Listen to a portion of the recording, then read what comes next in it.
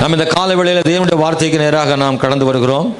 1 பேதுரு புஸ்தகம் 5ஆம் அதிகாரம் 6ஆம் வசனத்திலிருந்து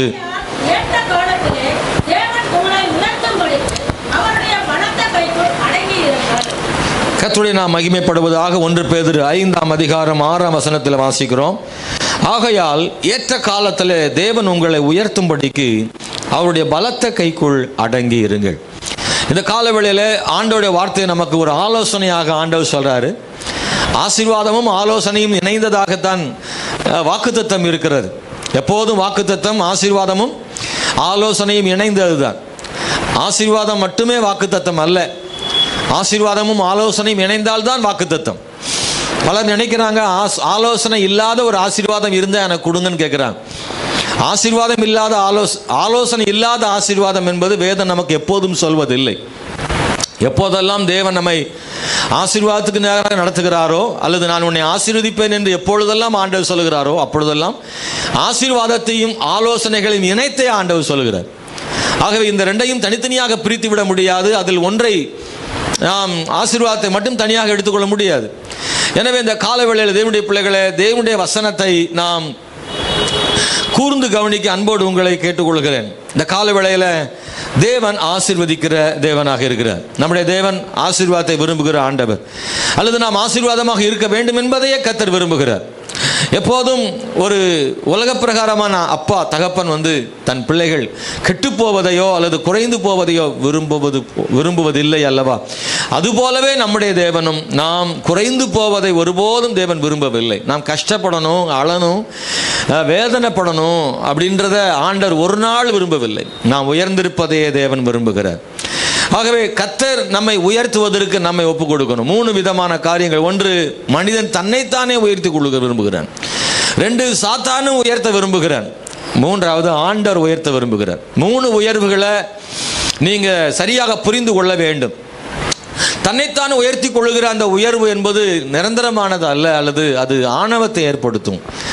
நம்மை நாமே உயர்த்தி கொள்ள விரும்புதல் என்பது அநேக நேரங்களில் அதை தவறுதலாக போய் முடிந்து விடுகிறது. நமக்குள்ளே அது பெருமைகளையும் ஆணவத்தையும் அது ஏற்படுத்தி விடுகிறது ஒரு மனிதனுக்குள்ளே, அல்லது அது வெறியாக மாறி விடுகிறது. அது அவனுடைய வாழ்விலே தவறான பாதைக்கு கொண்டு போய் விடுகிறது. சில மனிதர்கள் அப்படி நினைக்கிறார்கள், தன்னைத்தானே உயர்த்தி கொள்ள விரும்புகிறார்கள். வேதத்தில் வாசிக்கிற போது தன்னைத்தான் உயர்த்துகிறவன் தாழ்த்தப்படுவான்னு நான் மத்தேயு சுவிசேஷம் 23ஆம் அதிகாரத்தில் அதை வாசிக்கிறோம். தானியேல் புத்தகத்தில் வாசிக்கிற போது தனக்கு இஷ்டமானபடி செய்து தன்னை உயர்த்தி எந்த தேவனிலும் தன்னை பெரியவன் ஆக்கினான் என்று நேபுகாத் நேச்சாரை பற்றி சொல்லப்பட்டிருக்கிறது. நேபுகாத் நேச்சார் என்கிற மனுஷன் தன்னைத்தானே உயர்த்தி கொள்ள விரும்பினான். தன்னை உயர்த்தி எல்லா தேவர்களிலும் அல்லது எல்லா தேவனிலும் தன்னை பெரியவனாக உயர்த்தினான். அப்பொழுது தன்னை உயர்த்த விரும்புகிற ஒரு மனிதன், தன்னைத்தானே உயர்த்தி கொள்ள விரும்புகிற மனிதன் எல்லாரை விட தன்னை உயர்த்தி ஆணவப்படுத்திக் கொள்ள விரும்பக்கூடிய ஒரு வாய்ப்பு இருக்குது. எனவே தன்னைத்தானே உயர்த்தி கொள்ளுதல் அல்லாமல் தேவன் உயர்த்துவதற்கு நம்மை ஒப்பு கொடுத்தது ஆசீர்வாதம். ஆண்டவர் நீர் என்னை உயர்த்தும் இல்லை.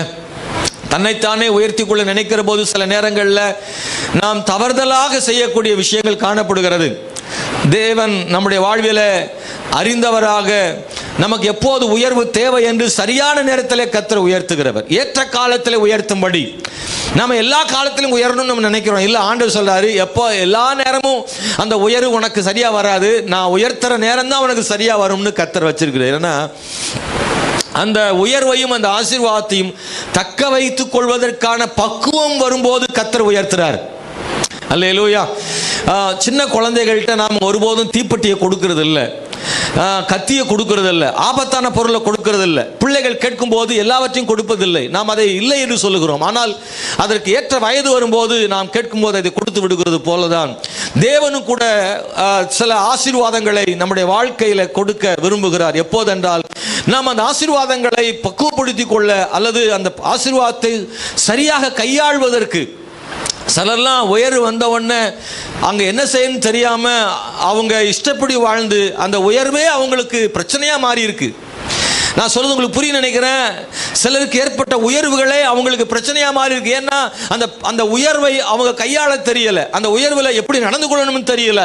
உயர்வு வந்த உடனே ஆள் மாறிட்டாங்க. அவங்களுடைய வாழ்க்கையில தான் இஷ்டம் போல வாழ பழகிட்டாங்க. உயர்வு வந்த உடனே மனிதரை மதிக்கவில்லை. உயர்வு வந்த உடனே ஆணவமாகிவிட்டது.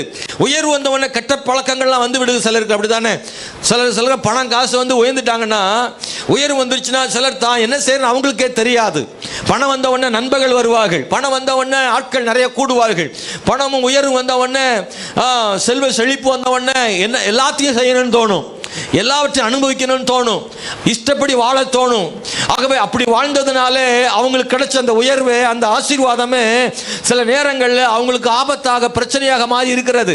அதனால தான் ஆண்டவரே, நானே என் உயர்வை தீர்மானித்துக் கொள்ளாம நீங்க எனக்கு எப்போ தரணுமோ அப்போ எனக்கு உயர்வை தந்தீங்கன்னா அந்த உயர்வு எனக்கு மனமகிழ்ச்சியா இருக்கும், அந்த உயர்வு எனக்கு தீமையா இருக்காது, அந்த உயர்வு எனக்கு மன நிறைவை கொண்டு வரும்.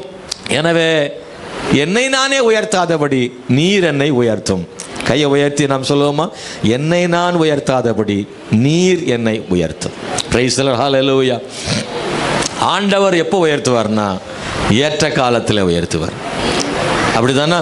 இந்த ஏற்ற காலம்ன்றது வந்து விளையாட்டு இல்லைங்க. ஏற்ற காலம்ன்றது வந்து சாதாரணம் இல்லை. ஏன்னா அது ரொம்ப முக்கியமானது. பல நேரங்களில் வந்து விவசாயத்தில் கூட எடுத்துக்கிட்டிங்கன்னா ஏற்ற காலம்னு ஒன்று இருக்குதுல்ல. எப்போ மழை வரணுமோ அந்த ஏற்ற காலத்தில் மழை வந்தால் தான் பயிர் என்ன செய்யும், நல்லா இருக்கும், அதான் சரியாக இருக்கும். குழந்தை கூட ஏற்ற வேலையில் பிறந்தால் தான் சரியாக இருக்கும். அப்படி தானே? முன்னாடியும் பிறந்தாலும் பிரச்சனை, பின்னாடி பிறந்தாலும் பிரச்சனை.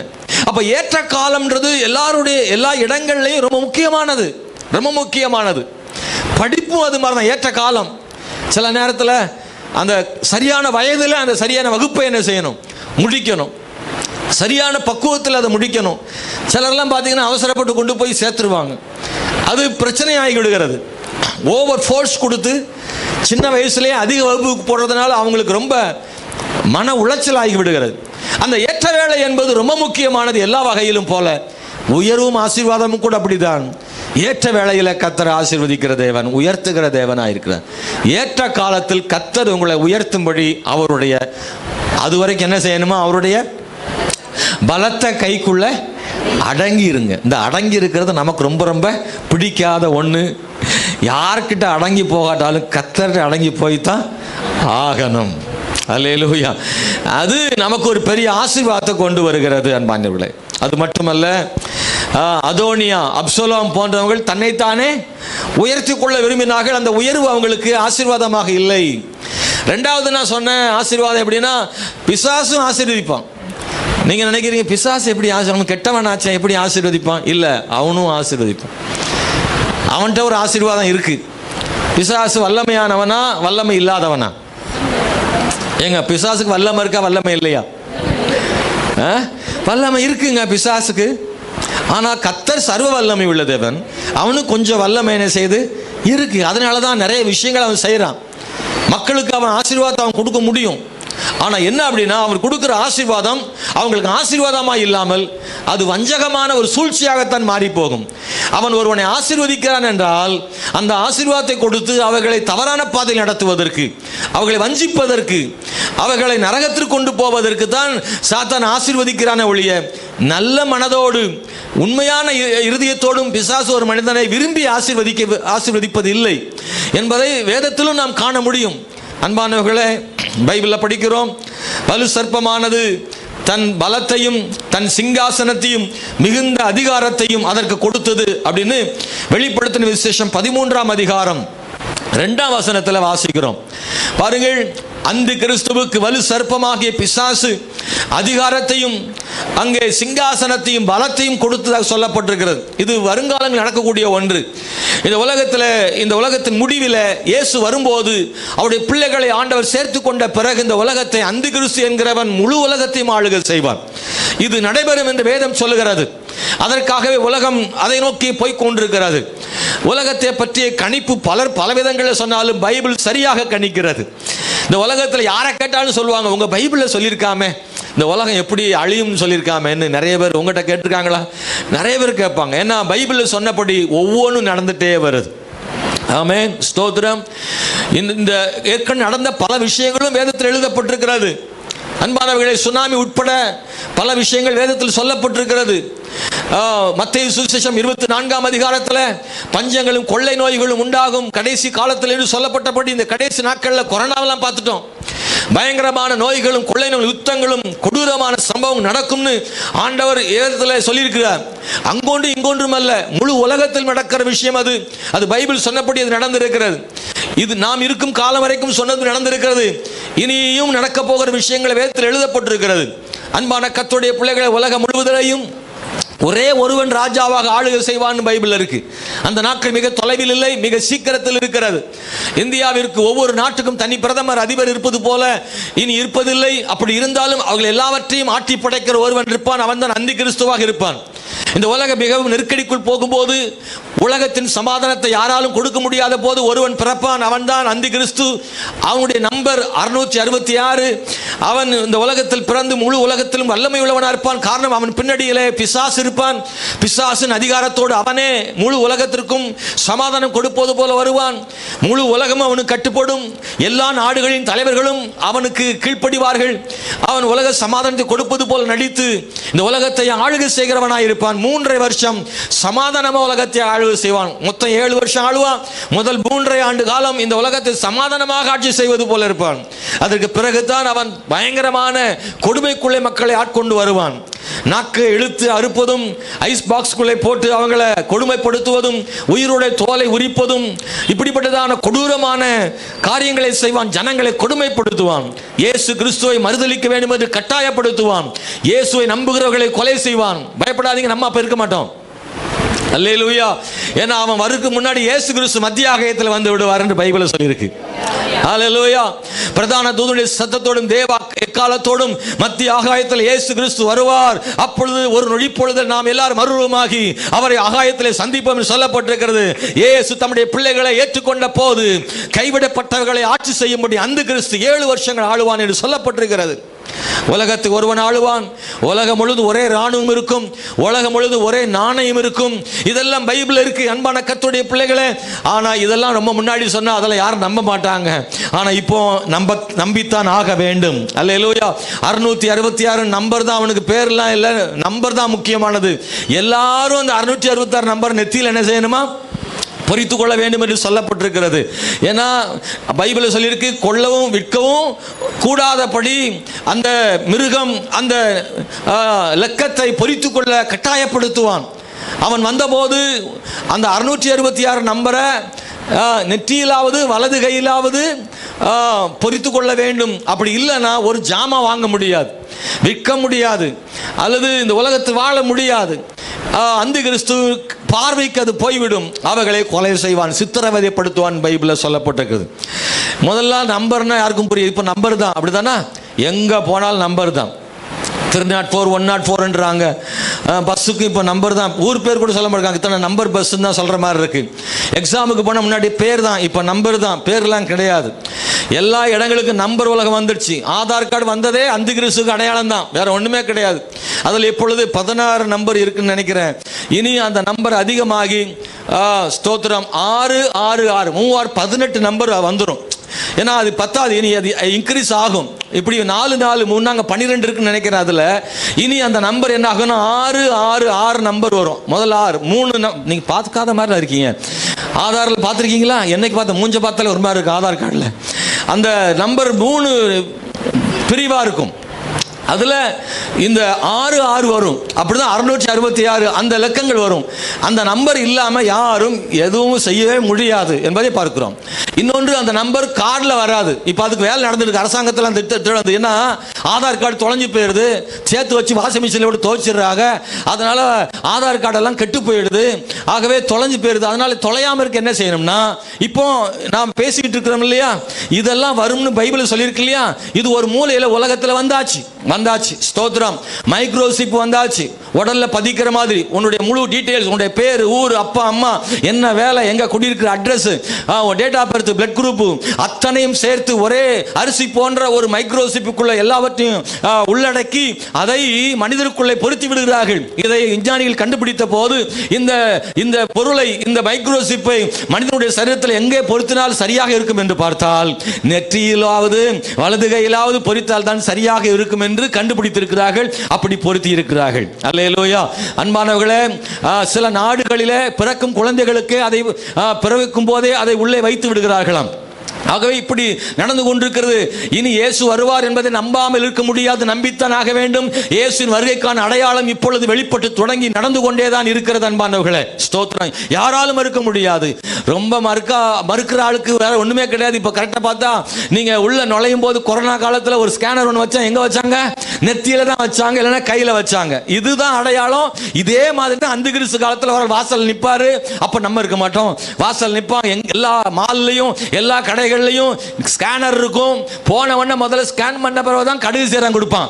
அதனால ஸ்கேன் பண்ண உடனே அந்த நம்பர் வந்துடும். நம்பர்ல வந்த உடனே யாரும் தெரியும், இந்தியன் தானா.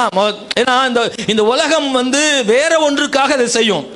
பாருங்க, இது கிறிஸ்டின் வருகைக்கு பிறகு அவன் எதுக்காக செய்வான்னா தீவிரவாதியை கண்டுபிடிக்கணும். எல்லாம் தீவிரவாதிகள் இருப்பாங்க, நீ யாருன்னு தெரியணும். கண்டுபிடிக்க முடியல, எல்லாரும் ஒரே மாதிரி இருக்காங்க. அப்ப யார் தீவிரவாதின்னு தெரியணும்னா அப்போ கண்டுபிடிக்க ஸ்கேன் பண்ண தெரிஞ்சிடும், அவன் உண்மையாக இந்த ஊர்க்காரன் தானா அப்படின்றது தெரிஞ்சிடும். எனவே தீவிரவாதிகள் கொண்டு வரப்படி கொண்டு வசனத்திற்காக நடக்க போகிறது இது. ஆகவே இந்த இடத்துல நிர்பந்தமான ஒரு இடத்துக்கு நாம் போக முன்பு நாம் போகக்கூடாது என்றால், இந்த அந்தி கிறிஸ்துவின் ஆட்சிக்குள் போகக்கூடாது என்றால், அவனுடைய சித்திரவதைகள் நமக்கு வேண்டாம் என்றால் ஆண்டவராக இயேசு கிறிஸ்துவை கட்டாயம் ஏற்றுக்கொண்டுதான் ஆக வேண்டும். அன்பானவர்களே, ரட்சிப்பு ரொம்ப அவசியம், தேவை. ஒரு மனிதன் ஆண்டவர் இயேசுவை சொந்த ரட்சகராக ஏற்றுக்கொண்டு ஆமென் ஸ்தோத்திரம் ரட்சிக்கப்பட்டு தண்ணீரில் மூழ்கி ஞானஸ்நானம் பெற்றால் அவர்கள் இயேசு வரும்போது அவரை சந்திப்பார்கள். இல்லை என்றால் இந்த பூமியில கைவிடப்பட்டு அந்த கிறிஸ்துவின் ஆளுகைக்குள்ளே போவார்கள்.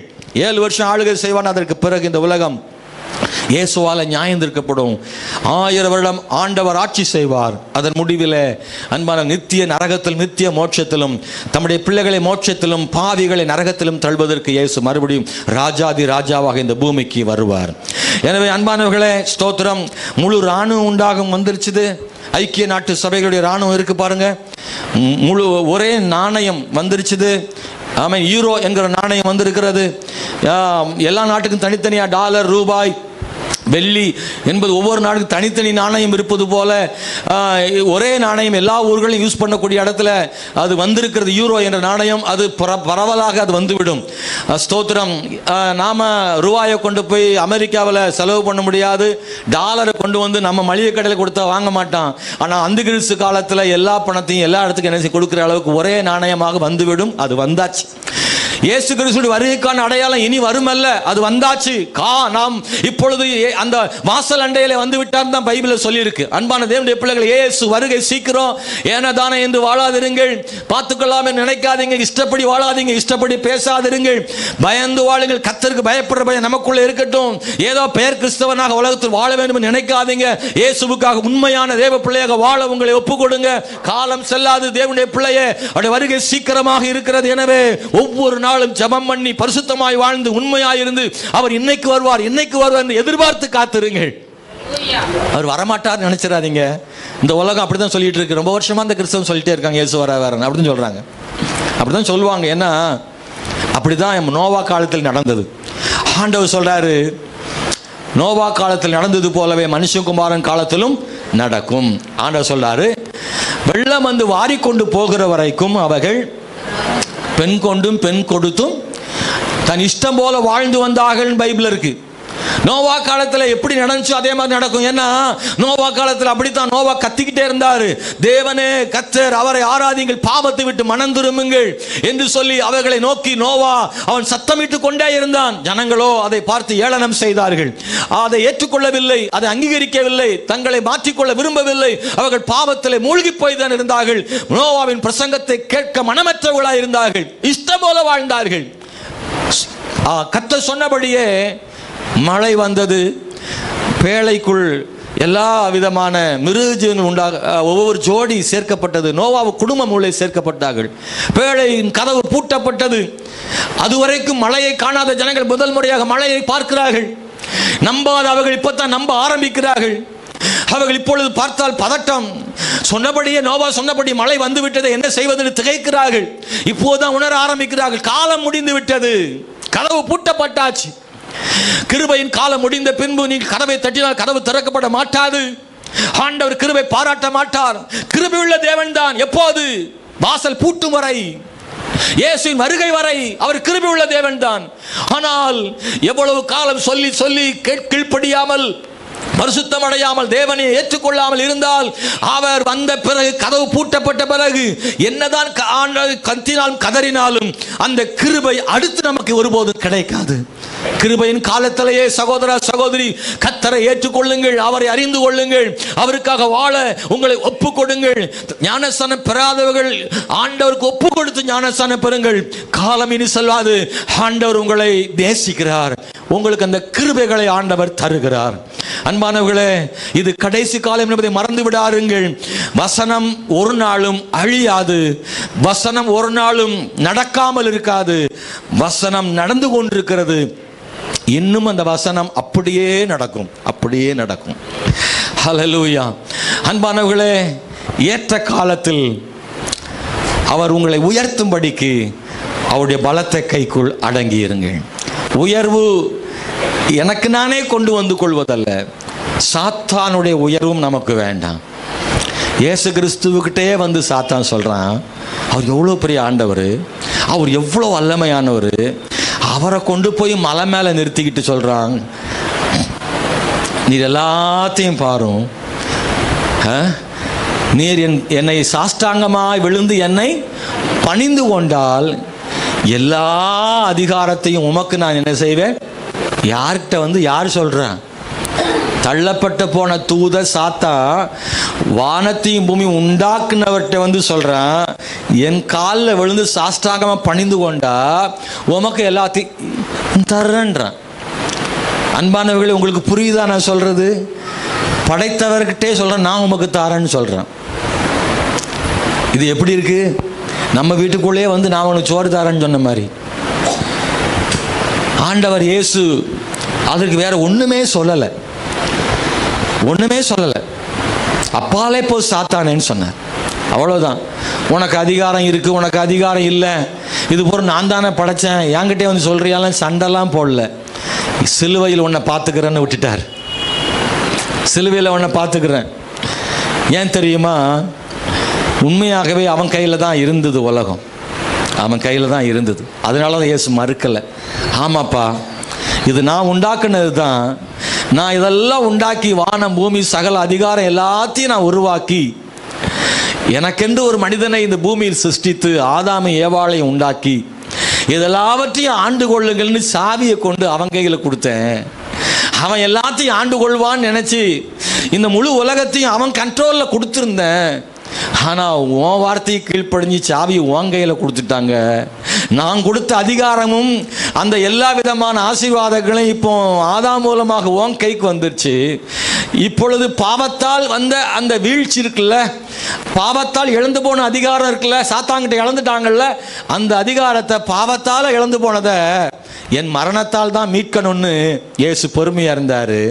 சிலுவையில் இயேசு கிறிஸ்து மரிக்கும் போது ஆண்டவர் சாத்தான் கையில் இருந்த அந்த அதிகாரத்தை மறுபடியும் வாங்கி நம்ம கையில் ஆண்டவர் தந்திருக்கிறார். அல்லேலூயா. சிலுவையில் இயேசு மரிக்கும் வரை சாத்தான் கையில் தான் உலகத்தின் அதிகாரம் இருந்தது. இயேசு சிலுவையில் மரித்து உயிர்த்தெழுந்த போது ஆண்டவர் கைக்கு அது வந்தது. இப்பொழுது அவர் மூலமாக, அவருடைய இரத்தத்தின் மூலமாக நம்முடைய கரங்களுக்கு ஆண்டவர் கொடுத்திருக்கிறார். இப்போது சாத்தான் கையில் இல்லை, கொஞ்சம் கொஞ்சம் வச்சிருக்கார். சிலுவையில் சாத்தானின் தலையை நசுக்கினார். கொஞ்சம் வால் ஆடிக்கிட்டு இருக்குல்ல, அந்த வல்லமையை வச்சு கொஞ்சம் கொஞ்சம் மக்களுக்கு ஆசீர்வாதத்தை கொடுக்குன்னு நினைக்கான், தாம் பக்கம் சேர்த்துக்கிறதுக்காக. ஒத்தையில போய் நரகத்தில் சாகக்கூடாதுக்கு ஒரு பெரிய கூட்டம் வேணும்னு நினச்சிக்கிட்டு இருக்கான். அவன் கூட சேர்த்து கொண்டு போவதற்கான ஒரு பெரும் படையை திரட்டுறான். இயேசு பரலோகத்தின் வாசலை திறந்து எல்லாரையும் அங்கே அடைக்க நினைக்கிறாரு. பிசாசு நரகத்தின் கதவை திறந்து அங்கே எல்லாரையும் அடைக்க நினைக்கிறான். இதுதான் போட்டி. நாம யார் பக்கம் போய் நிற்க போறேன்னு தான் முடிவு. அல்லேலூயா. இந்த போட்டி நடைபெற்று கொண்டே இருக்கிறது. அன்பான கர்த்தருடைய பிள்ளைகளே, இந்த கடைசி நாட்களில் நீங்களும் நானும் இயேசு அண்டையில் நிற்க கர்த்தர் நமக்கு கிருபை தருவாராக. ஸ்தோத்திரம். பிசாசு கொடுக்கும் உயர்வு கண்ணியை வருவிக்கும். எனவே தேவன் தருகிற ஆசீர்வாதத்தையே நான் நம்பி இருப்போமாக. அல்லேலூயா. சங்கீதக்காரன் சொல்கிறார், 118ஆம் சங்கீதம் 16வது வசனத்தில், கர்த்தரின் வலதுகரம் உயர்ந்திருக்கிறது, கர்த்தரின் வலதுகரம் பராக்கிரமம் செய்யும் என்று தாவீது சொல்கிறார். கர்த்தருடைய கரம்தான் என்னை உயர்த்தும் என்று சொல்கிறார். என்னதான் சவுல் எனக்கு எதிராக எழும்பினாலும் அவருடைய கரம் பராக்கிரமம் செய்யும், என்னை ஆண்டவர் சிங்காசனத்தில் அமர வைப்பார் என்று தாவீதுக்கு ஒரு பெரிய நம்பிக்கை இருந்தது. அன்பானவர்களே, எனக்கு இந்த கால வேளையில கர்த்தர் நம்ம ஏன் உயர்த்துகிறார் தெரியுமா? ஆண்டவர் நம்மை ஆசீர்வதிப்பது மட்டும் அவர் நோக்கம் அல்ல என்பதை மறந்து விடாதீங்க. நம்மளை உயர்த்தணுன்றது மட்டும் அவர் நோக்கம் கிடையாது. நம்மளை ஆசீர்வதிக்கணும்னு விரும்புகிறாரு. ஆனால் அதற்குள்ள இன்னொரு விஷயம் அடங்கி இருக்கு. அதை நம்ம மறந்துடக்கூடாது. நம்ம நல்லா இருக்கணும், உயர்ந்திருக்கணும், ஆசீர்வதிக்கப்படணும், நல்ல உயர்வில் இருக்கணும், சமுதாயத்தில் மகிழ்ச்சியோடு வாழணும். இதெல்லாம் ஆண்டவர் நம்மளை நினைக்கிறார். அதுக்கு தான் அவர் அற்புதங்களையும் செய்கிறார். ஆனால் கர்த்தர் நம்மளை உயர்த்துறது நம்மளை உயர்த்துறதுக்காக மட்டும் இல்லை, நம்ம ஆசீர்வாதமாக இருப்பதற்காக மட்டும் அல்ல. அதற்குள்ளே இன்னொன்றும் அடங்கி இருக்கிறது. ஒன்று, அவர் சொன்ன வார்த்தையை நிறைவேற்ற விரும்புகிறார், அதுக்காக ஆசீர்வதிக்கிறார். தம்முடைய வார்த்தைகளை நிறைவேற்ற, தம்முடைய வாக்குத்தத்தத்தை நிறைவேற்றுவதற்காக நம்மை ஆசீர்வதிக்கிறார். அதனால் நீங்கள் பார்த்தீங்கன்னா, ஆபிரகாமுக்கு சொன்னதை நிறைவேற்றும்படி ஈசாக்குக்கும் யாக்கோப்புக்கும் ஆண்டவர் செய்கிறார், இஸ்ரவேலுக்கு ஆண்டவர் செய்கிறார். இஸ்ரவேலை எகிப்திலிருந்து விடுதலை ஆக்கினாரே, அவர்களுக்கு கானான் தேசத்தை கொடுத்தாரே, அவர்களை கொண்டு கானான் தேசத்தை தந்து அவர்களுக்கு ஒரு நாட்டை கொடுத்து அவர்களை ஆசீர்வதித்தாரே, உயர்த்தினாரே. இதெல்லாம் எதற்காக தேவன் செய்தார்னா, ஆபிரகாமுக்கு சொன்ன வாக்குத்தத்தத்தை, தீர்க்க தரிசனத்தை நிறைவேற்றுவதற்காக இஸ்ரவேலை ஆசீர்வதிக்கிறார். உங்களை என்னையும் ஆசீர்வதிப்பதற்கான காரணம் என்னன்னா, தேவன் தம்முடைய வாக்குத்தத்தத்தை நிறைவேற்ற விரும்புகிறார். அன்பானவர்களே, பாருங்கள், லூக்கா சுவிசேஷம் 1ஆம் அதிகாரத்தில் வாசிக்கிற போது 27, 28 மரியாளை பற்றி சொல்லப்பட்டிருக்கிறது. அந்த வசனத்தில் இப்படி வாசிக்கிறோம், தாவீதின் வம்சத்தானாகி யோசேப் என்கிற நாமமுள்ள புருஷனுக்கு நியமிக்கப்பட்டிருந்த ஒரு கன்னிகையின் இடத்திற்கு தேவனால் அனுப்பப்பட்டான். அந்த கன்னிகையின் பெயர் மரியாள். அவள் இருந்த வீட்டிலே தேவதூதன் பிரவேசித்து, கிருபை பெற்றவளே வாழ்க, கர்த்தர் உன்னுடனே இருக்கிறார், ஸ்திரீகளுக்குள்ளே நீ ஆசீர்வதிக்கப்பட்டவள் என்றான் என்று எழுதப்பட்டிருக்கிறது. மரியாளை ஆண்டவர் தேர்ந்தெடுத்தார். இயேசு அவள் வயிற்றிலே பிறக்க அவர் சித்தம் கொண்டார். மரியாளுக்கு இவ்வளவு பெரிய பாக்கியம் கிடைச்சது. உலகத்தில் யாருக்கும் கிடைக்காத சாக்கியம். ஓ, இயேசுவின் தாய், கடவுளுடைய தாய் அப்படின்னு சொல்ற அளவுக்கு அந்த பேர் அவளுக்கு கிடைச்சது இல்ல. இன்னாருடைய குமாருடைய அப்பா, ராஜாவுடைய அப்பா, செல்வியுடைய அப்பா அப்படின்னு ஒரு பேரை சொல்லி சொல்றத எப்படி இருக்கு, கடவுளுடைய அம்மா அப்படின்றது எவ்வளவு பெருசா இருக்கு. அந்த பாக்கியத்தை மரியாளுக்கு கிடைச்சது. பாருங்க, மரியாளுக்கு கிடைச்சது. நல்லா கவனிங்க, ஆண்டவர் மரியாளை இவ்வளவு உயர்த்தி வச்சார்ல. எதுக்கு அப்படின்னா, அவளுக்கு உயர்வு கொடுக்கிறதுக்காக மட்டும் இல்லை, தேவனுடைய வார்த்தை நிறைவேறதுக்கு, அவருடைய வாக்குத்தத்தம் நிறைவேறதுக்காக மரியாளை உயர்த்தினார். எத்தனை பேருக்கு புரியுது நான் சொல்றது? நல்ல கவனிங்க, ஆண்டவர் ஏற்கனவே ஒரு வாக்குத்தத்தம் கொடுத்திருந்தார்ல. ஏசாயா புஸ்தகம் 7ஆம் அதிகாரம் 14ஆம் வசனத்துல, ஆதலால் ஆண்டவர் தாமே உங்களுக்கு ஒரு அடையாளத்தை கொடுப்பார், இதோ ஒரு கன்னிகை கர்ப்பவதியாக ஒரு குமாரனை பெறுவாள், அவருக்கு இம்மானுவேல் என்று பெயரிடுவாள் என்று 700 வருஷங்களுக்கு முன்னாடி ஏசாயா ஒரு தீர்க்க தரிசனம் சொன்னார்ல. 700 வருடங்களுக்கு பின்னாடி அந்த தீர்க்க தரிசனம் நடந்துச்சு இல்லையா? அப்போ இதுல மரியாளை கர்த்தர் உயர்த்தினாரா, இல்ல தேவன் தம்முடைய தீர்க்க தரிசனத்தை நிறைவேற்றினாரா? தேவன் தம்முடைய தீர்க்க தரிசனம் நிறைவேற்றினாரு, அப்ப அவளுக்கு உயர்வு கிடைக்கும். எத்தனை பேருக்கு புரியுது? நம்மளை ஆண்டவர் ஆசீர்வதிக்கிறார் அப்படின்னா, நம்மளை ஆசீர்வதிக்கிறது மட்டும் இல்ல, அவர் நமக்கு சொன்ன வார்த்தை தீர்க்க தரிசனம் நிறைவேறுது, அப்ப நம்மளும் ஆசீர்வதிக்கப்படுறோம். இது தீர்க்க தரிசனத்தோடு நிறைவேறுதல் தானே ஒழிய வேறொன்றும் இல்லை. அன்பானவர்களே, அது மட்டுமல்ல அன்பானவர்களே, யோசேப்பின் மூலமாக இஸ்ரவேல் ஜனங்கள் காக்கப்பட்டார்கள். அப்படிதானா? யோசேப்பை தேசத்தில் உயர்த்தினார். எகிப்தில் அவன் தான் ராஜாவுக்கு அடுத்த ஸ்தானம். அப்படி ஒரு உயர்வு யோசேப்பு கிடைச்சது. பாருங்க, அவன் சொல்லாம யாரும் ஒன்றும் செய்ய முடியாது. அந்த அதிகாரம் யோசேப்புக்கு இருந்துச்சு. அப்ப இந்த அதிகாரத்தை யோசேப்புக்கு தேவன் கொடுத்ததுக்கு என்ன காரணம்? யோசேப்பை உயர்த்தணுன்றது தான் அவருடைய முக்கிய நோக்கமா? இல்லைன்னா வேற ஒரு நோக்கம் இருக்கா? எங்க யோசேப்பு உயர்த்துறதுதான் நோக்கம் மட்டுமா? யோசேப்பு ஏன் உயர்த்தப்பட்டான்? யாராவது சொல்ல முடியுமா? யோசேப்பு ஏன் உயர்த்தப்பட்டான்? அவன் நல்லா சந்தோஷமா அரண்மனையில் இருக்கணும், நேரத்துக்கு நேரம் திராட்சை ரசம் குடிக்கணும், நல்ல 3 வேளையும் ராஜ உணவு சாப்பிடணும், அல்லது அவன் மனைவி பிள்ளைகளோட சந்தோஷமா அப்படி சுத்திட்டு வரணும், அவன் ஒரு சிங்காசனத்தில் உட்கார்ந்து பொண்ணும் பொருளும் கிடைக்கணும் அப்படின்னு யோசேப்பு உயர்த்தினது யோசேப்புக்காகவா? இல்லை இல்லை.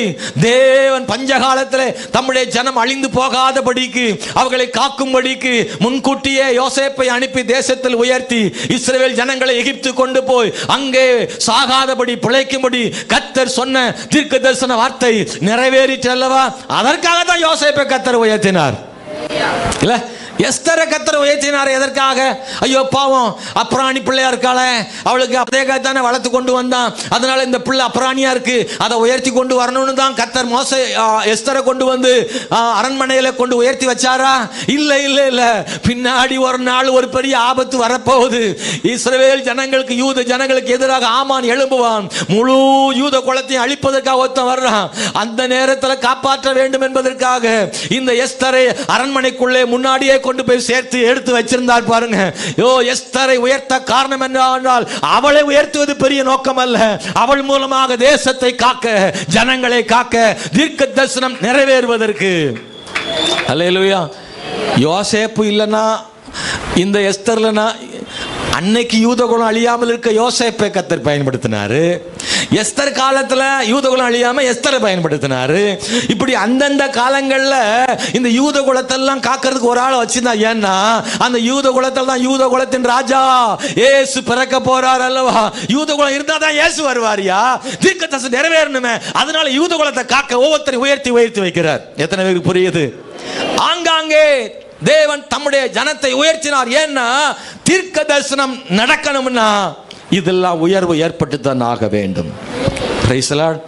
யோசேப்பு இல்லைன்னா அந்த இஸ்ரவேல் ஜனங்கள் பஞ்சத்தில் செத்து போயிருப்பாங்க. எஸ்தர் இல்லைன்னா அன்னைக்கு ராஜா மூலமாக சட்டம் ஏற்றப்படாமல் போயிருக்கும். இஸ்ரவேல் ஜனங்கள் கொல்லப்பட்டிருப்பார்கள் ஆமான் மூலமாக. யூதகுலமே அழிந்து விட்டால் தீர்க்க தரிசனம் நடக்காமலே போயிருமே. யூத குலத்தில் இயேசு பிறப்பார், மேசியா வருவார்னு சொன்ன தீர்க்க தரிசனம் நடக்காம போயிருமே. யாக்கோபில் ஒரு நட்சத்திரம் உதிக்கும் சொல்லப்பட்ட தீர்க்க தரிசனம் எப்படி நடக்கும்? நடக்காம போயிருமே. அப்ப யூத குலம் இருந்தா தானே அது நடக்கும். அதை காக்கிறதுக்காக தேவன் சிலரை உயர்த்தினார் அல்லவா? ஆகவே உயர்த்துதல் என்பது ஒரு தனிப்பட்ட மனிதனுக்கானது அல்ல, அது தேவ தீர்க்க தரிசனம் நடப்பதற்கானது. நம்முடைய வாழ்க்கையில் அப்படிதான். தேவன் நம்மளை உயர்த்த காரணம் நம்மளை உயர்த்துறது மட்டும் இல்லை, நம் மூலமாக தேவனுடைய வாக்குத்தத்தம் தீர்க்க தரிசனம் நடக்கும். அல்லேலூயா. அன்பானவர்களே, சில நேரம் நமக்கு பாடம் புகட்டுறதுக்கு ஆண்டவர் வேற ஆளை உயர்த்துறார். நல்லா கவனிங்க. ஆமென். சில நேரத்தில் நமக்கு பாடம் சொல்லி தர்றதுக்கு வேற ஆளை, நம்ம சரியில்லாமல் போனால் நமக்கு கற்றுக் கொடுப்பதற்காக வேற ஆளை கர்த்தர் உயர்த்துறார். உங்களுக்கு புரியணும்னா 1 ராஜாக்கள் 11ஆம் அதிகாரம் 11வது வசனத்தில் வாசித்து பார்த்தீங்கன்னா, சாலமோனுடைய மகன் தேவனுக்கு பிரியமில்லாமல் போனபடியினாலே யெரொபெயாமை தேவன் எழுப்பினார். அல்லேலூயா. அன்பானவர்களே, ஸ்தோத்திரம். நல்லா கவனிச்சிங்கன்னா, யெரொபெயாமை உயர்த்துறது காரணம் ராஜ பரம்பரையில் இல்லை. அது வரைக்கும் ராஜ பரம்பரையில் வந்துட்டு இருந்துச்சு. ஆனால் இப்போ சம்பந்தமே இல்லாத ஒருத்தன் வந்திருக்கிறான். ஆண்டவர் சொல்றாரு, ரெகோபெயாம், சாலமோனுடைய மகன் ரெகோபெயாம். சாலமோனுடைய மகன்ட்ட ஆண்டவர் சொல்றாரு, நீ என் வார்த்தையை கீழ்ப்படியாம போனபடினால உன் வேலைக்காரனுக்கு உன்னிடத்திலிருந்து பிடுங்கி கொடுப்பேன் அதிகாரத்தை ஆண்டவர் சொன்னார். நல்ல கவனிங்க. ரெகோபெயாம் கீழ்ப்படிஞ்சிருந்தான்னா அவன் தான் ராஜா, ஒரு ராஜா. ஆனா யெரொபெயாம் ஏன் வர்றான் அப்படின்னா, இவன் கீழ்ப்படியாதனால. தேவனுடைய பிள்ளை கீழ்ப்படியலன்னா இன்னொரு ஆளுக்கு அதிகாரம் கொடுத்து அவனை வச்சு நம்மளை திருத்த பார்க்கிறார். அல்லேலூயா.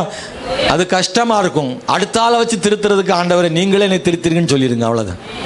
இன்னொரு ஆளை எனக்காக எழுப்ப வேண்டாம் ஆண்டவரே, நீங்க சொன்னா நான் கேட்டுக்கிறேன் ஆண்டவரேன்னு வந்துட்டா போதும். நமக்காக இன்னொரு எதிரி எழுப்ப மாட்டார். நல்ல கவனிங்க. நியாயாதிபதிகளில் சொல்லியிருக்கு 3:12 இஸ்ரவேலை திருத்த மோவாபியரை தேவன் என்ன செஞ்சிருக்கிறான்னா உயர்த்திருக்கு. அவன் கீழ்ப்படியாமல் போனாங்க. இஸ்ரவேல் ஜனம் தேவனுக்கு கீழ்ப்படியாமல் போன போது இஸ்ரவேலை திருத்துவதற்காக தேவன் மோவாபியரை எழுப்பினார்னு சொல்றார். சத்துருக்களை யார் எழுப்புறா? நீங்கள் நினச்சி ஆண்டவர் ஏன் எனக்கு எதிராக சத்துருக்கள் எழுப்புறாரு நினைக்கிறீங்களா? நம்மளை கரெக்ட் பண்ணுறதுக்காக சத்துருக்கள் எழுப்புறாரு. ஏத்த வீட்டுக்கார் சும்மா இருக்கா, திடீர்னு கையை விளக்கமாத்த தூக்குறான்னு எதுக்குன்னா நம்மளை சரிப்படுத்துறதுக்கு. சில நேரம் ஆண்டவர் அப்படி நடக்கும். சில நேரம் நடக்கும். எல்லா நேரமும் விளக்கு மாற்றுக்கும் நம்ம தான் காரணம் கிடையாது. சில நேரம் தன்னாலே ஆட ஆரம்பிச்சிடும், அதை பற்றி பிரச்சனை இல்லை. சில நேரம் நமக்கு எதிரான சத்துரு எழும்புகிறான் என்றால் நீங்கள் யோசித்து பாருங்கள், நம்ம சரியில்லாதனால தான் கர்த்தர் சத்துருக்களை எழுப்புறாரான்னு செக் பண்ணி பார்த்து உண்மையான ஆண்டவர்கிட்ட பாதத்தில் விழுந்துருங்க. நான் சொல்கிறது எத்தனை பேர் புரியுது இல்லை? ஆமென், பிரைஸ் தி லார்ட். நாம் சில நேரம் ஆண்டவருக்கு பிரியம் இல்லாமல் போனால் நம்ம சரிப்படுத்துறதுக்கு திருத்துறதுக்கு சத்துருக்களை அவர் தான் எழுப்ப பண்ணுறார். நம்மளை கொல்றதுக்கு இல்லை, சரிப்படுத்துறதுக்கு. நம்மளை கொல்றது விரும்பலை, சரிப்படுத்துறார். ஆனால் அதை கண்டுபிடிச்சிட்டோம்னா போதும். கண்டுபிடிச்ச ஆண்டவரேன்னு அழுதா மறுபடியும் இஸ்ரவேலை மோவாபியிலிருந்து கர்த்தர் விடுவிச்சார். அமலேக்கிலிருந்து அவர் தான் விடுவிச்சார். அவரே அமலேக்கரை எழுப்புறாரு நம்மளை சரிப்படுத்துறதுக்கு. சரியான உடனே அவரே அமலேக்கியர் என்ன செய்யறாருன்னா முறியடிக்கிறாரு. அல்லேலூயா. அவருடைய நோக்கம் என்ன?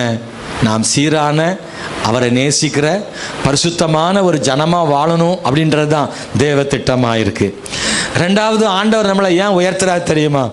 தேவன் தம்முடைய வல்லமையை நிரூபிக்கணும்னு நினைக்கிறார். ஆண்டவர் வல்லமையானவர்ன்றதை காட்ட விரும்புகிறார். அதனால கர்த்தர் நம்மளை உயர்த்த விரும்புகிறார். அன்பானவர்களே, கர்த்தர் நம்முடைய வாழ்க்கையில் ஒரு பெரிய உயர்வை தரணும்னு நினைக்கிறார். காரணம், அவருடைய வல்லமையை வெளிப்படுத்துவதற்காக. சிலுவையில் அறையப்பட்ட இயேசுவை காணலன்னு ஒரு கூட்டம் தேடுது, அல்லது இயேசு கிறிஸ்து உயிர்த்தெழுதலை மறைப்பதற்காக ஒரு கூட்டம் திட்டமிடுது.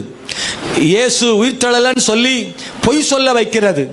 ஆனால் பிதாவாகிய தேவன் தம்முடைய குமாரனாகிய இயேசுவை உயிர்த்தெழ செய்தார்னு பிலிப்பியர் புஸ்தகம் 2ஆம் அதிகாரத்தில் நான் வாசிக்கிறோம். பிலிப்பியர் புஸ்தகம் 2ஆம் அதிகாரத்தில் வாசிக்கிற போது 11வது வசனத்தில் இப்படி சொல்லப்பட்டிருக்கு: பிதாவாகிய தேவனுக்கு மகிமையாக இயேசு கிறிஸ்து கர்த்தர் என்று நாவுகள் யாவும் அறிக்கை பண்ணும்படிக்கும் எல்லா நாமத்திற்கும் மேலான நாமத்தை அவருக்கு தந்தருளினார். 9ஆம் வசனத்தில் வாசிக்கிறோம்: ஆதலால் தேவன் எல்லாவற்றுக்கும் மேலாக அவரை உயர்த்தி, இயேசுவை பிதா உயர்த்தி உயிர்த்தெழ செய்தார். அதுக்கு என்ன காரணம்னா, எல்லா நாவும், ஆமென், இயேசுவின் நாமத்தில் வானோர் பூதலத்தோர் பூமியின் கீழானோருடைய முழங்கால்கள் யாவும் முடங்கும்படிக்கும், பிதாவாகிய தேவனுக்கு மகிமையாக இயேசு கிறிஸ்து கர்த்தர் என்று நாவுகள் யாவும் அறிக்கை பண்ணும்படிக்கும் எல்லா நாமத்திற்கும் மேலான நாமத்தை அவருக்கு தந்தருளினார். அப்படின்னா இயேசு கிறிஸ்துடைய உயிர்த்தெழுதலை பிதா கொடுத்தது காரணம், இயேசு உயர்த்தினதன் மூலமாக அவர் தான் கர்த்தர்னு எல்லா நாவும் சொல்லணும்னு கர்த்தர் உயர்த்தினார்.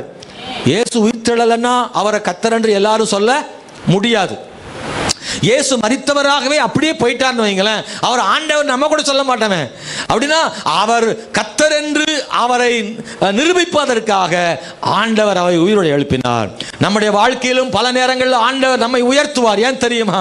கர்த்தர் நம்மோடு இருக்கிறார் என்பதை மற்றவர்கள் காணும்படியாக நம்மளை கர்த்தர் உயர்த்துவார். 2 கையை தட்டி கர்த்தரை ஸ்தோத்திரம் பண்ணுங்க. சகோதரா சகோதரி, உங்களை உயர்த்துவார் ஆண்டவர். ஏன் தெரியுமா? உங்க கூட ஆண்டவர் இருக்கார் அப்படின்னும் உங்கள் தேவன் வல்லமையானவர் என்பதையும் நிரூபிக்கும்படியாக நம்மளை ஆண்டவர் உயர்த்துவார். ஹல்லேலூயா.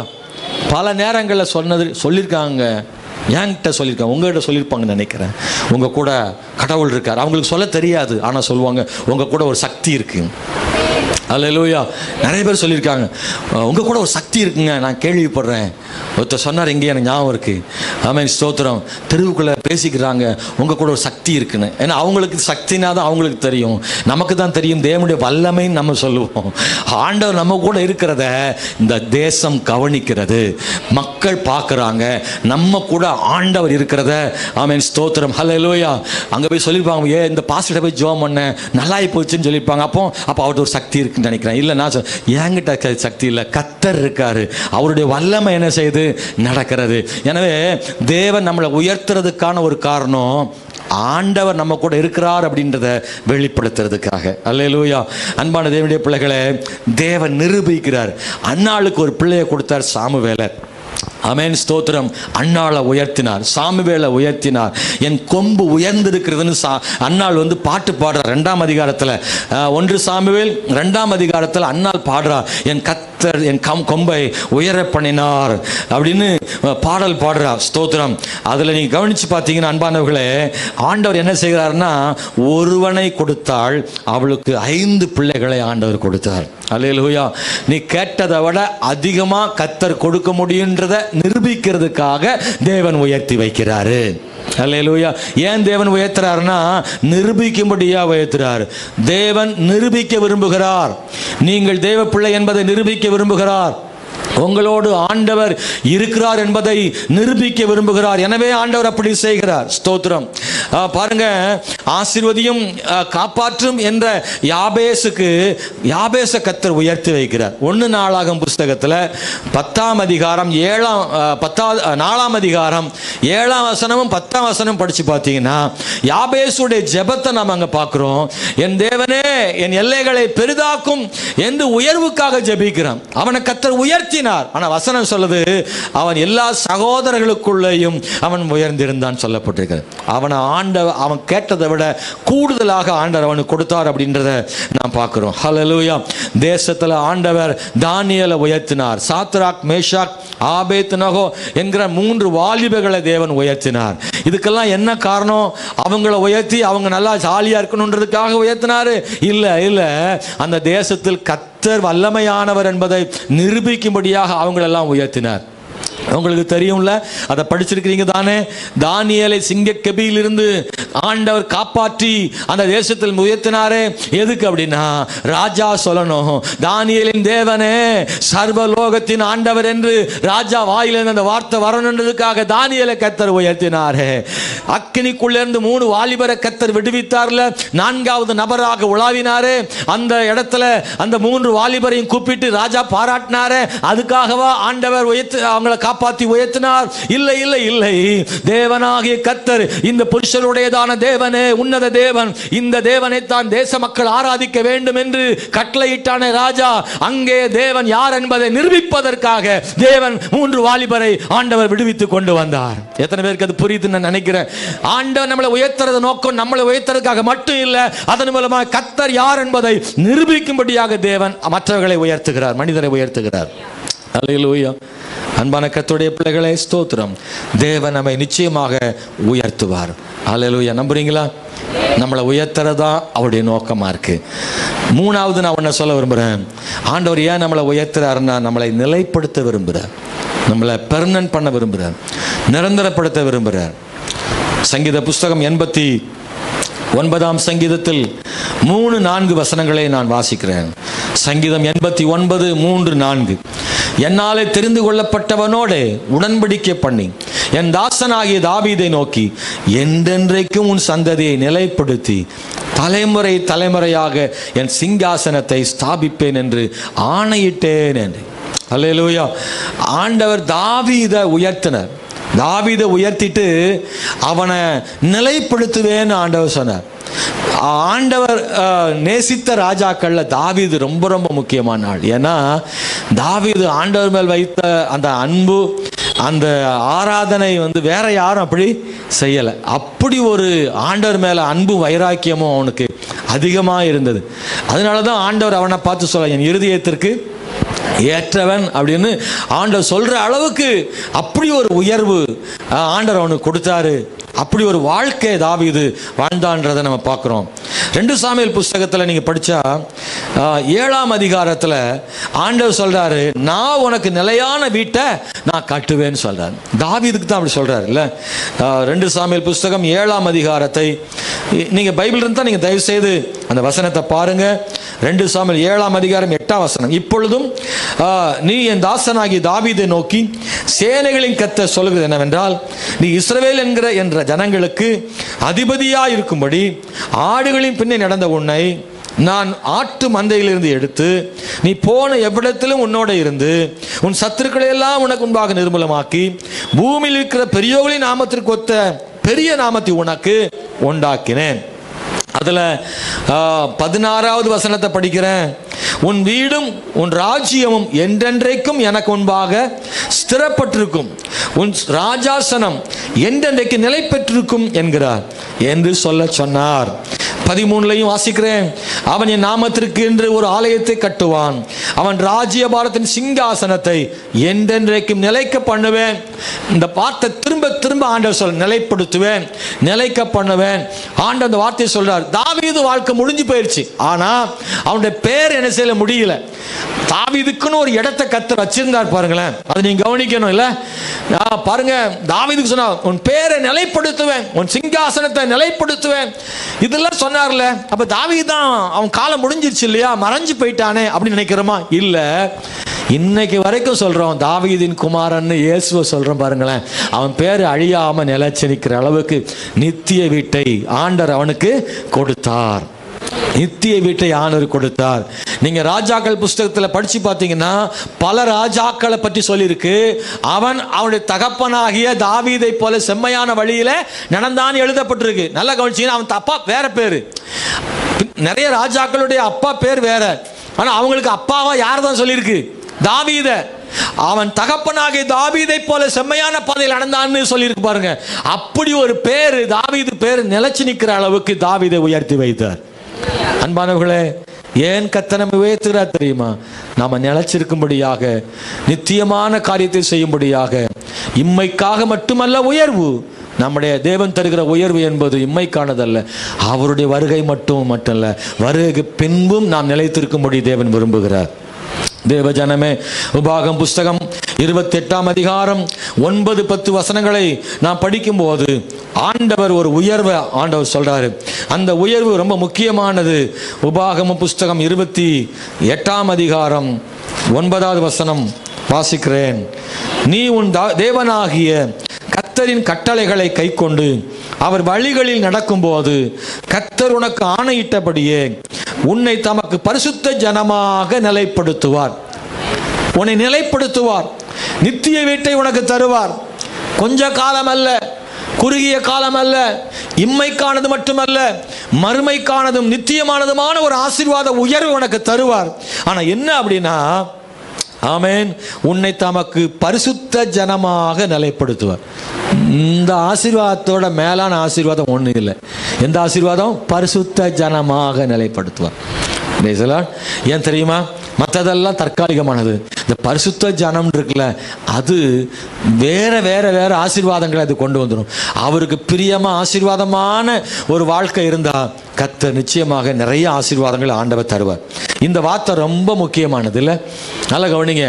ஒரு பெரிய கோடீஸ்வரன் அப்படின்ற வார்த்தைக்கும் அவர் பொண்ணும் பொருளும் உள்ள ஆள், அவருக்கு நிறையா ஆள் பலம் நிறையா இருக்குது, சொந்தக்காரங்க நிறைய பேர் இருக்காங்க அப்படின்னு சொல்கிற வார்த்தை நிறைய இருக்குல்ல. இதில் இன்னொரு வார்த்தை ஒன்று, அவர் ரொம்ப நேர்மையான ஆளுன்னு சொல்கிறாங்கல்ல, அதுதான் பெருமைக்குரிய வார்த்தை. அப்படி தானா? உங்களுக்கு அப்படி இல்லையோ? அவர் பணக்காரன்னு சொன்னால் தான் உங்களுக்கு நல்லா இருக்குமா? ஏங்க, நேர்மையான மனுஷங்க அவர் அப்படின்ற வார்த்தை பெருமைக்குரிய வார்த்தை, ரொம்ப பாராட்ட வேண்டிய வார்த்தை தானே இல்லை? நிறைய பேருக்கு அப்படி இல்லை மாதிரியே தெரியுது.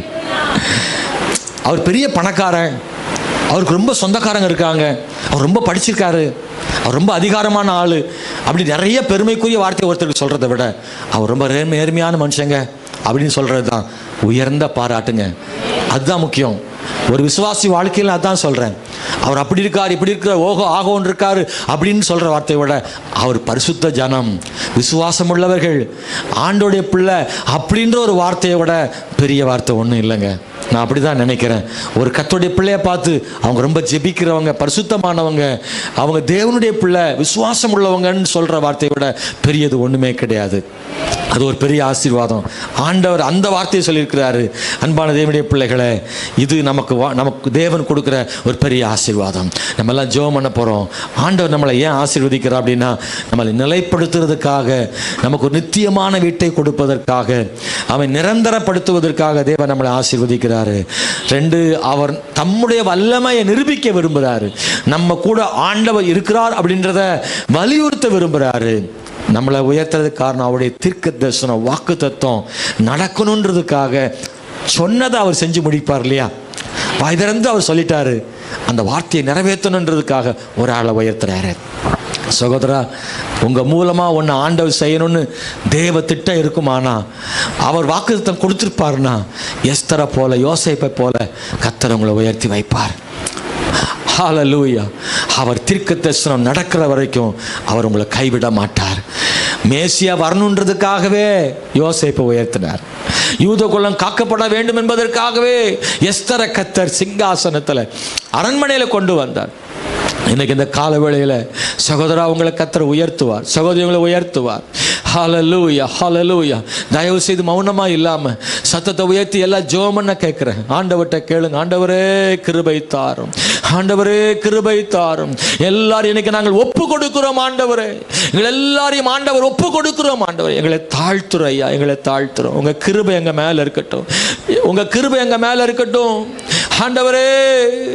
ஏற்ற காலத்தில் நீர் உயர்த்தும் வரை நாங்கள் உம்முடைய கட்டுப்பாட்டில் பலத்தை கைக்குள் அடங்கி இருக்க விரும்புகிறோம். ஒவ்வொருத்தரும் ஆண்டவரை சொல்லுங்க, ஆண்டவரே எப்போ நீங்கள் ஆசீர்வதிக்கணுமோ அப்போ ஆசீர்வதிங்க. அது வரைக்கும் நாங்கள் உங்களுக்கு கீழ்ப்படுகிறேன், அது வரைக்கும் உங்கள் சமூகத்தில் இருக்கிறேன், அது வரைக்கும் பொறுமையோடு கூட இருக்கிறேன். நான் என்னை உயர்த்த வேண்டியதில்லை, சாத்தானுடைய ஆசீர்வாத உயர்வு எனக்கு வேண்டாம். எத்தனை நாள் ஆனாலும், எத்தனை மாதங்கள் ஆனாலும், வருஷங்கள் ஆனாலும் கர்த்தர் தான் என்னை உயர்த்தணும். எந்த குறுக்கு வழியிலும் எனக்கு உயர்வு வேண்டாம். தேவனே என்னை உயர்த்தினால் போதும் ஆண்டவரே. ஹல்லேலூயா, ஹல்லேலூயா, ஹல்லேலூயா, ஹல்லேலூயா. என் தேவனே எங்களை நீரே உயர்த்தும் ஆண்டவரே, நீரே எங்கள் குடும்பத்தை உயர்த்தும் ஆண்டவரே, நீரே எங்கள் பிள்ளைகளுக்கு உயர்வை தாரும் ஆண்டவரே, நீரே எங்கள் சந்ததிக்கு உயர்வை தாரும் ஆண்டவரே, நீரே என் உயர்வின் வேலைக்கான உயர்வை தாரும், நீரே வருமானத்துக்கான உயர்வை தாரும், நீரே எங்கள் சமுதாயத்தின் உயர்வுகளை தாரும். கர்த்தரே தர வேண்டும் ஆண்டவரே. நீதான் வானத்தின் பலகளை திறந்து ஆசீர்வதிக்கிற தேவன் ஆண்டவரே. உயர்வு உம்மிடத்திலிருந்து வரட்டும் ஆண்டவரே. கர்த்தாவே எங்களை தாழ்த்துறப்பா.